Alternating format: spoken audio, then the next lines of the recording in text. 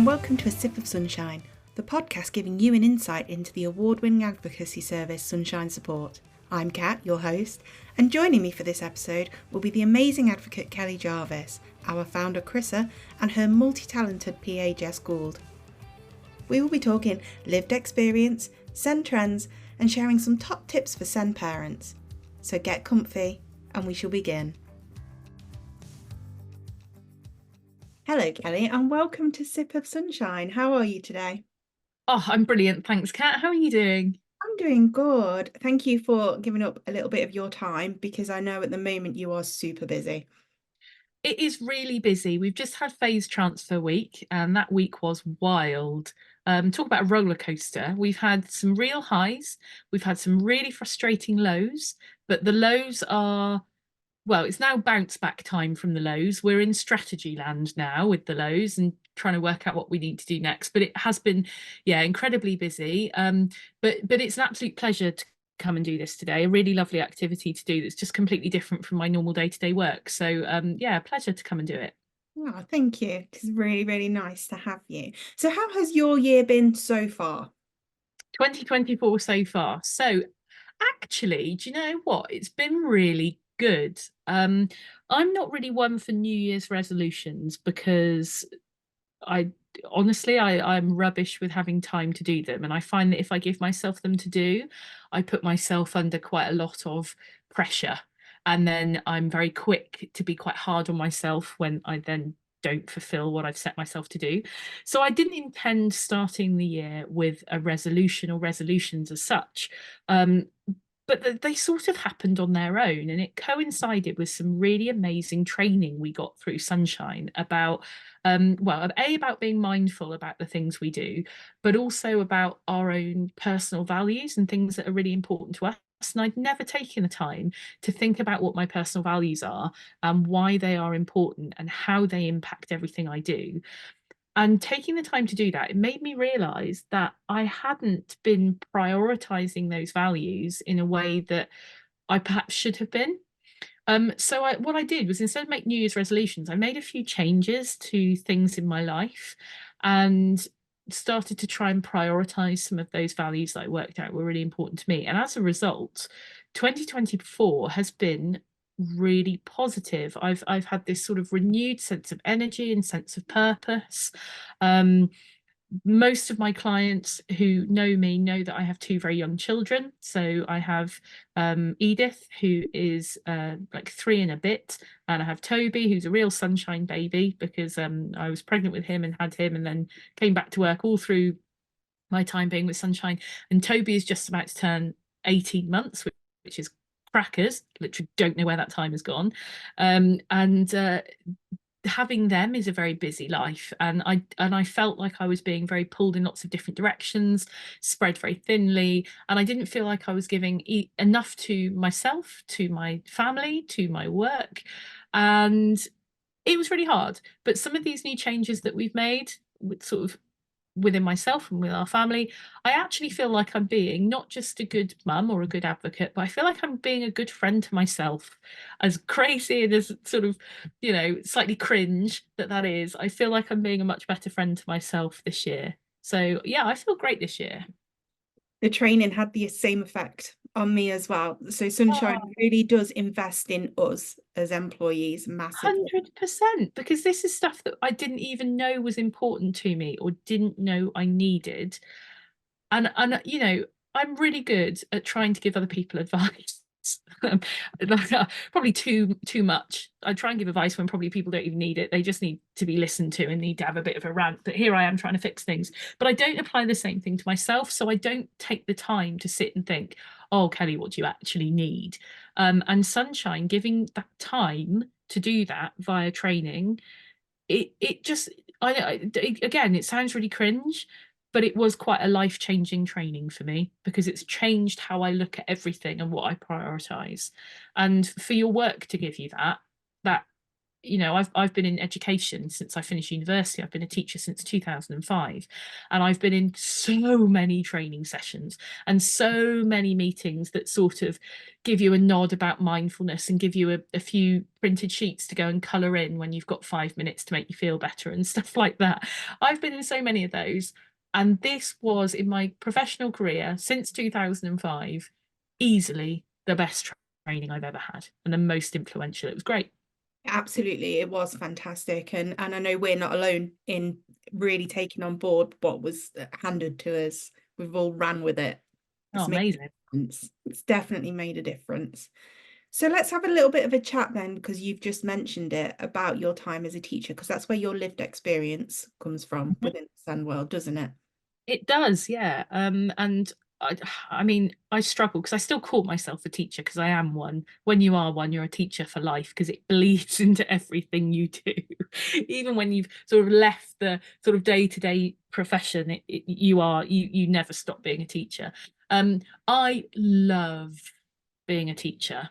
I to be truth be told, I really miss the direct contact with young people and their families.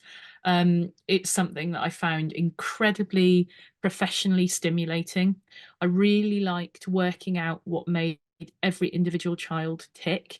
And this is where my interest in PDA comes from. So I do a lot of the Sunshine webinars, and I do a lot of school training on the pathological demand avoidant profile of ASD, because in my career as a teacher, they were the young people that have always been the most memorable to me through the years, because they have been the most complex, but often the most rewarding young people to work with. And I often talk, when I talk about PDA, I talk about trying to be a cycle breaker for those children who've only experienced, or many of whom have only experienced negativity within the world of education, trying to be put into a box of learning. You must do this, you must conform in this way, you must learn in this way, you must be measured in this way.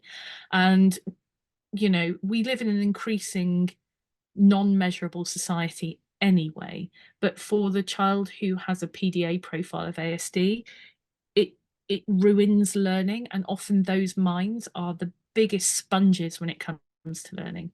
So for me as a teacher, I'm like, oh, I've got this lovely spongy brain that can waiting to like soak up all this information and knowledge, and the system puts them in a box and pops the lid on, and I hate it.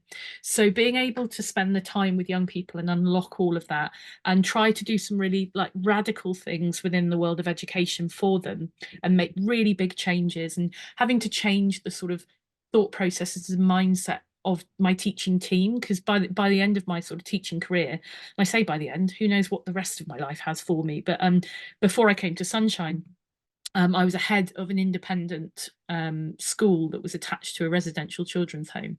So I was managing, you know, a teacher team, a big TA team, and we had to really work hard to change some hearts and minds about, you know, certain presentations of difficulties, even in a special school environment where you'd expect everyone to know what's what.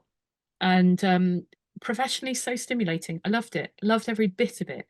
And Sunshine is like, I don't know, it's the best possible thing I could be doing with my life if I wasn't still in the classroom. And actually, in many ways, it's better, because now we get to reach and help so many more families than just the ones that are in my immediate like little school family. Because what I want to be able to do, this is really corny, so beware, you know, make sure you're prepared. But it means that that amazing transformative educational experience that I have seen firsthand as happening for children with SEND, I can be just a small bit of finding that for families all across the country, for hundreds of families as well, not just the sort of ones in my immediate like school family. I mean, how amazing is that? I It, get to go to work every day and genuinely make a difference. That is pretty special. it is, and you are exceptional at it too. And I think it's the passion and the fact you've just outlined all of the reasons why you love a challenge. Oh, It can love a be challenging. it can absolutely be challenging. I think it is absolutely challenging. And we you know, the families I work with, I might see just a small snapshot of what they're living every single day, which makes me even more determined to be a useful part in making things better, because it transforms everything from the child's life, obviously, to siblings and then to parents. I often say to my parents that I work with, hey, I just want you just to be able to be mum and dad now. So if you could give send parents 3 tips, what would you say to them? Oh my goodness, any tips in the world? Right. So I would say the first tip needs um to be kind to yourself first of all. Just as when you're in a plane and they tell you what you should do if the plane starts to crash, they tell you to put your own oxygen mask on first and then look after all your loved ones. This is very true, and it's very easy for us who don't live in your world to say, but it is true. And you have to be kind to yourself. You might not be able to look after yourself or give yourself loads of time because life doesn't work like that. But just be kind to yourself emotionally. I always say to people, look, if this was your best friend in the situation, think of the advice you'd give them, think of how kind you'd be to them, and how understanding and how empathetic, and now do that for yourself. Because you wouldn't be feeling so guilty and beating yourself up and second guessing yourself if you were doing that to your friend. You wouldn't do that. So first of all, do that for yourself. Tip number 1. Tip number 2, very cliched saying, but knowledge is power. So if your gut tells you that something is wrong about the experience you're having, upskill yourself to find out what the law says. Obviously, there are loads of places to do that online, but if life is really tough and hard, please outsource it to people like us at Sunshine, because we have the knowledge in our head. We don't need to go and Google it. We don't need to go and look it up. We can literally help you in moments if you have an issue and you need to find out what's what. And simply being able to depersonalize the things that you're feeling to your own emotions and actually say, hey, look, here's a bit of legislation that I'd like to draw your attention to. Schools and local authorities who may be a little bit defensive then aren't going to turn around and be like to you, oh, you're worrying, you're hysterical, you're saying this. No, actually, I have this piece of information which I'm just going to give to you. No, no hysterical, no emotion, no fight. Just look at this piece of information. And that is an incredibly powerful thing if you can do that. So that's like tip number 2 is knowledge is power, and yeah, and find good knowledge sources. And the third one is sort of linked, which is to find yourself a team. There's a lot of fighting that goes on in the world of send, and a lot of people with their own views and their own judgments who'll throw around, throw away, comments on your character and everything like that. And actually, if you endure that a lot for a long time, you're going to start doubting yourself. I don't like using the word gaslighting too often, but that is what happens. What you need to do is find a team of people around you whose different skill sets you can draw upon to be your supporters in lots of different situations. So you need a good, dependable, loyal friend whose ear you can just chew off when you need to. You need a good, knowledgeable friend who you can come to for, practical bits of information. You need a sort of friend within the professionals world who you have confidence in has a good handle on your child and their needs. You need a friend who you can expedite things to, like the world's best PA. You need somebody to just pick up things for you when you need them to. Us advocates do this for families. So most of the families I work with are absolutely capable of writing letters or doing tribunal paperwork. But gosh, is that exhausting when you're also trying to be mum or dad, or both in some cases. So having a friend like an advocate to just pass some of that nonsense to. And then the team needs to be really good at talking to one another where it's appropriate to do so. And this is where you get situations where you have really good multidisciplinary approaches to a child. And again, this means that you are not alone in saying what your child needs, and whatever you're saying they need is then grounded in good bits of evidence, and then that makes a very good safety net around your child. So that would probably be my third answer, and in a way all 3 of them are linked. Well, thank you for those. What fantastic tips they are. And thank you for joining us today, Kelly. Oh, it's a pleasure. Thank you for having me and listening to me waffle on for ages. Everyone who knows me I love a waffle on. So podcast is my dream thing to do. Apologies to everyone who's like given up and fallen asleep. But thanks, Kat. It's been an absolute pleasure. And we'll see you soon. See you soon. Up next, we have our founder, Chrissa, where she's going to be talking all about her lived experience and giving some top tips for SEND parents. Hello, Chrissa, and welcome back to Sip of Sunshine. How are you? I'm very well. How are you? I am good, thank you. And we may have some people who are new listening to us and might not have heard your backstory or why you set up Sunshine Support. Do you want to talk a little bit about that? Yeah, so I've got four children, four really different children, as they all always are, but it really has enhanced my parenting abilities to see so much difference between the four of them. And one of them, several of them have got special educational needs. Which we celebrate a lot. So my children don't see it as a negative. They tend to celebrate it. And one of them doesn't have any particular send, and she feels quite left out. So she's Oh, always making stuff up. Um, so she's like, oh, I think I might need some loops for my ears. I feel a bit sensory about my hearing, and she's like, I think I might be entering this territory. So she almost feels left out for not having anything. But it makes us so empathetic. But anyway, in true ADHD fashion, I've digressed. With one of my children, which is where my story started, and like I just said, I knew absolutely nothing. I was a fairly young mum in my early 20s when I had her. And what we noticed was she always had separation anxiety. So in nursery, in school, starting school, huge separation anxiety. And you go with what you're told to do. And I don't think there was any malice in anything I was being told to do. It was just that that was what they did. And so we're talking quite a few years ago now, because I have moved on age-wise. I certainly don't look 20 odd. But, it was basically rip the plaster off. So let's quickly get her in. Look, and if you look through the window, she's fine once you've gone.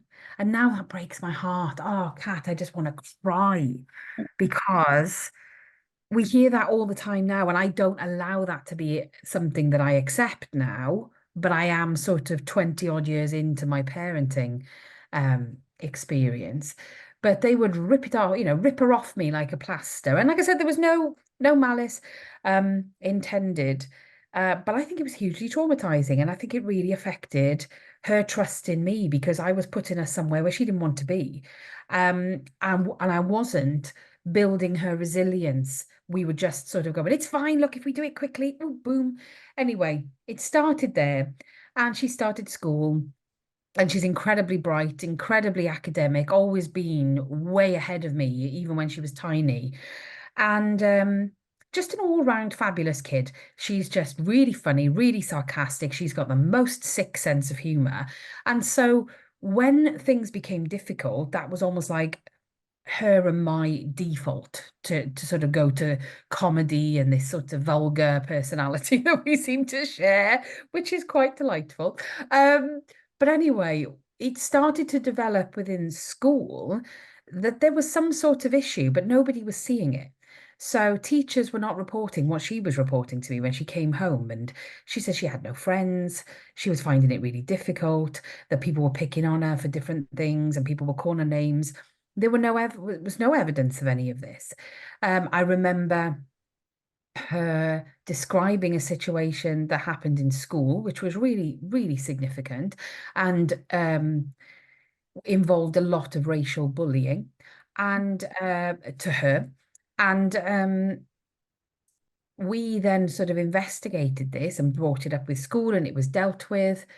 We later realized that actually it was a storyline from a program that she'd seen and she just didn't know how that had entered her head.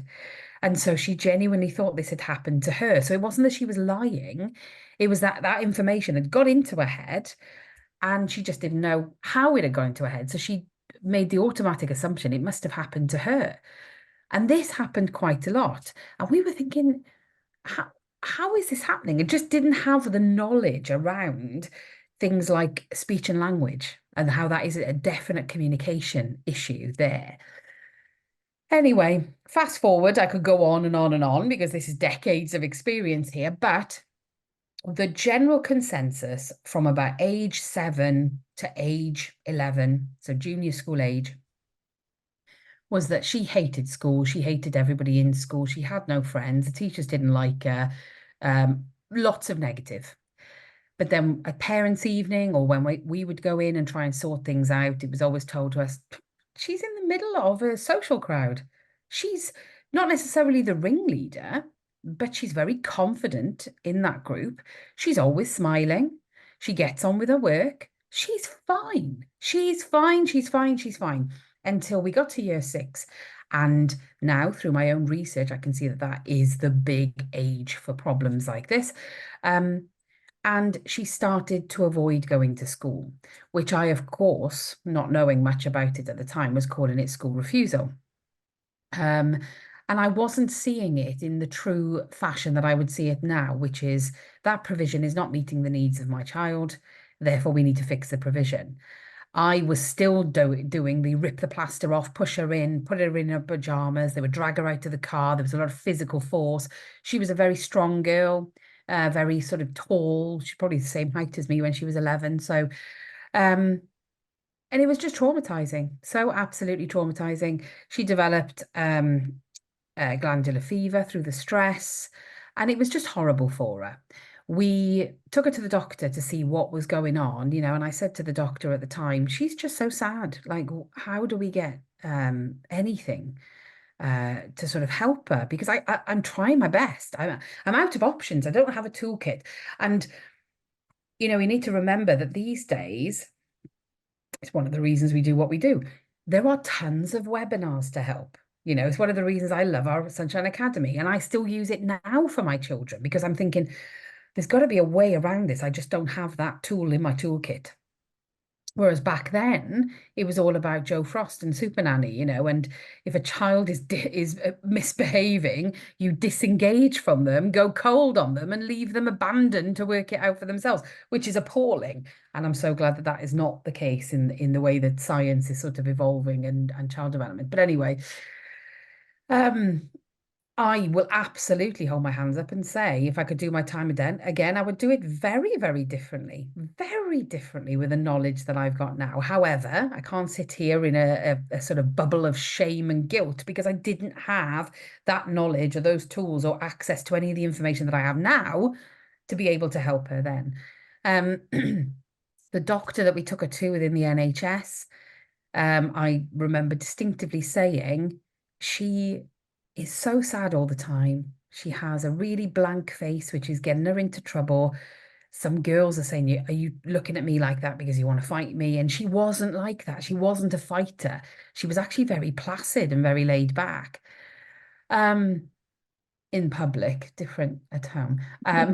But, the doctor actually said, well, she's mixed race. That's how they all look.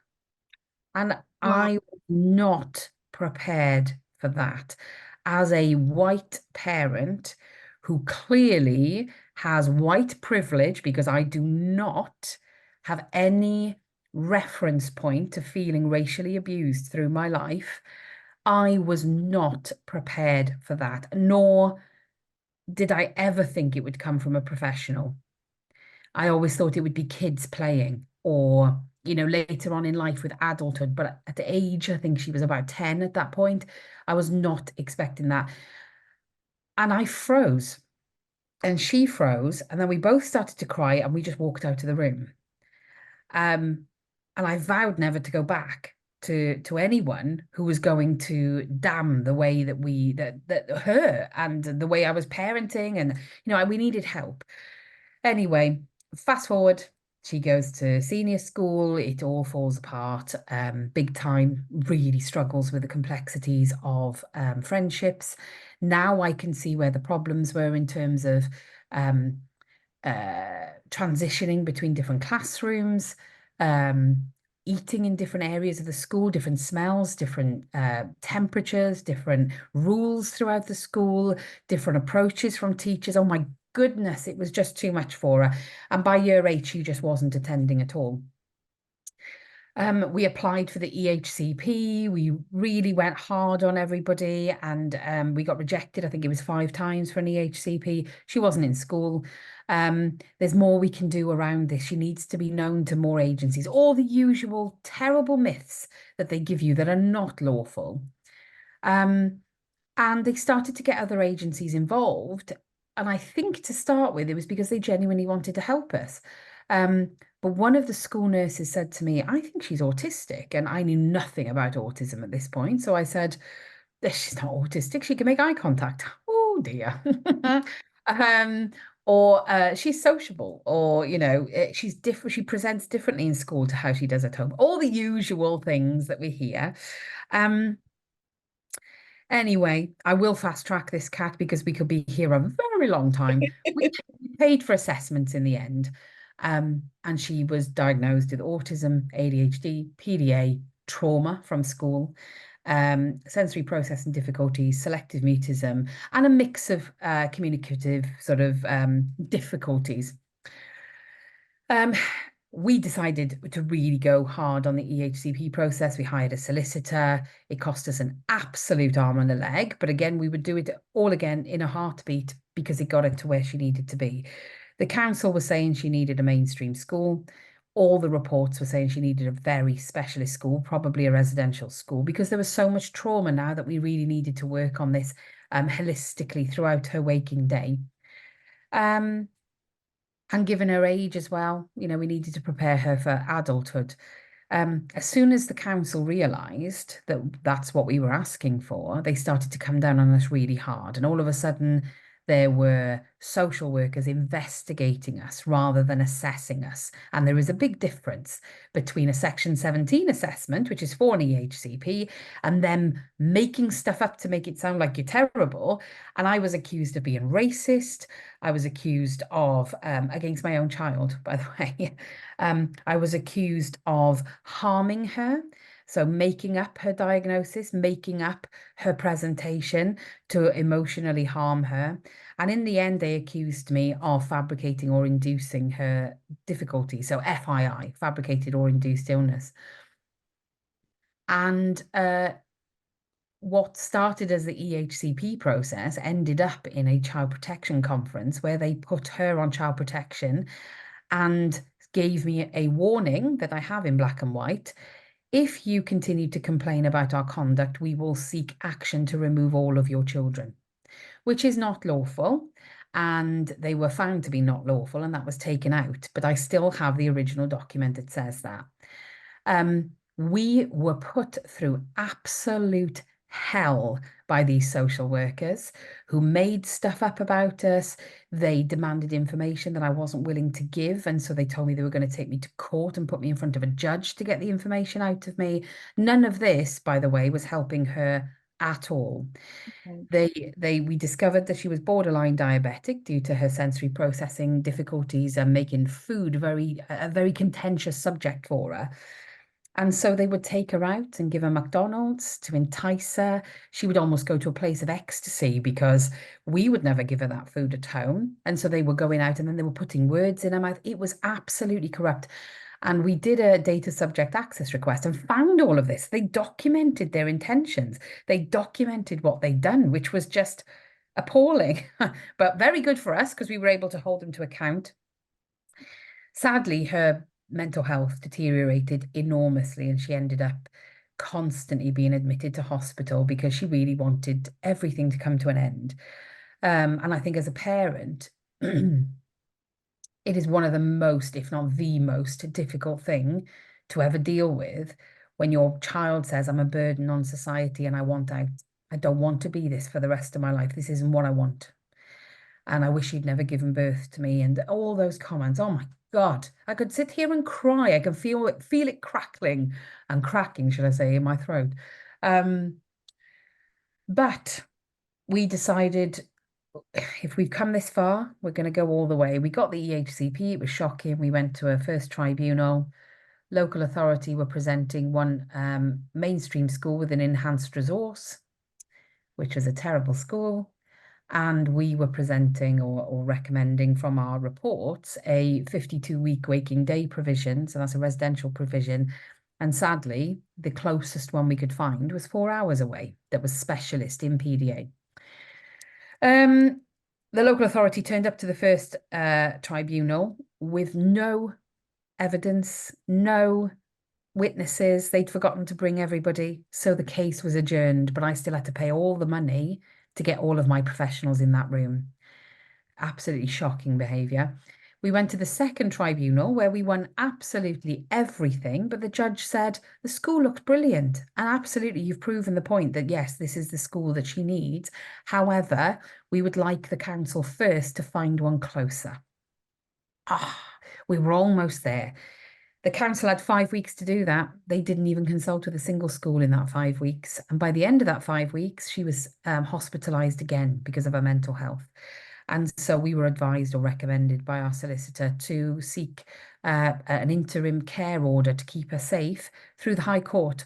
And this particular school of choice that we had fully assessed her, so she could go there straight away. The local authority had gained no assessments for any particular provision, so there was only one option. So we took them to the High Court whilst I was in a discharge meeting, trying to get her the proper support when she came out of hospital. And we won the High Court case, which was expensive but worth it. And she got to go to her school of choice that day. It was that quick. They then wrote back to us and said, we think you've tried to bypass the EHCP system. So you now have to go back to your final tribunal to have that plan, that school named on the plan, because everything else was correct, but the school was missing. So 6 months later, we head back to tribunal again, my third tribunal. And I remember the amazing Kathy Long being there with me and really coaching me through it. And I had a solicitor. I also had a consultant psychiatrist who's absolutely phenomenal. And he's not doing assessments anymore, but he is absolutely amazing. And we won. We won the case. She was finally confirmed on her EHCP as being in that provision. And afterwards, the after effects of which I had a stroke and I developed pneumonia. And that was this trauma, the whole trauma of all those years trying to find the right provision, trying to get the actual support and the justice. And even though we won the High Court case, we won the final tribunal, it never felt like justice because we were about £200,000 out of pocket and all 3 of our little children were severely traumatized. And so they've been in trauma therapy ever since, which has been a long time now. My eldest, our relationship had become fractured. She was now having to live 4 hours away from her family because nobody could meet her needs any closer. She did develop some beautiful strategies for herself and she really bloomed and developed. And it was just wonderful for a period of time. But it fractured and broke my family. It ruined a lot of what we had aimed to do. So it certainly didn't feel like justice. And all I could think was, what if we hadn't been able to get access to that money to be able to fight the fight? What happens to those families? It can't just be us. We felt so alienated. We had no contact with anybody in the SEND world. So in my High Court case, it said, you can't take this to the press. And I thought, well, I've got to do something to make an impact here. So I started running workshops, just free workshops with a solicitor, empowering parents with their legal rights. And that's where it started. And I always joke, it was only meant to be a free workshop. And 6.5 years later, we're still here.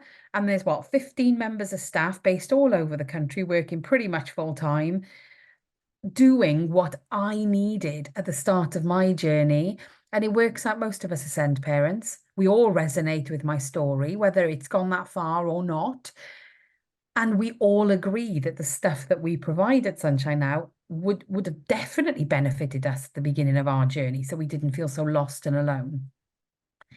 And so whilst that's a very long-winded story, and I've tried to capture, 20 years in about 10 minutes or whatever, that is essentially why I set up Sunshine. This is why we do what we do. We work tirelessly to do what we do.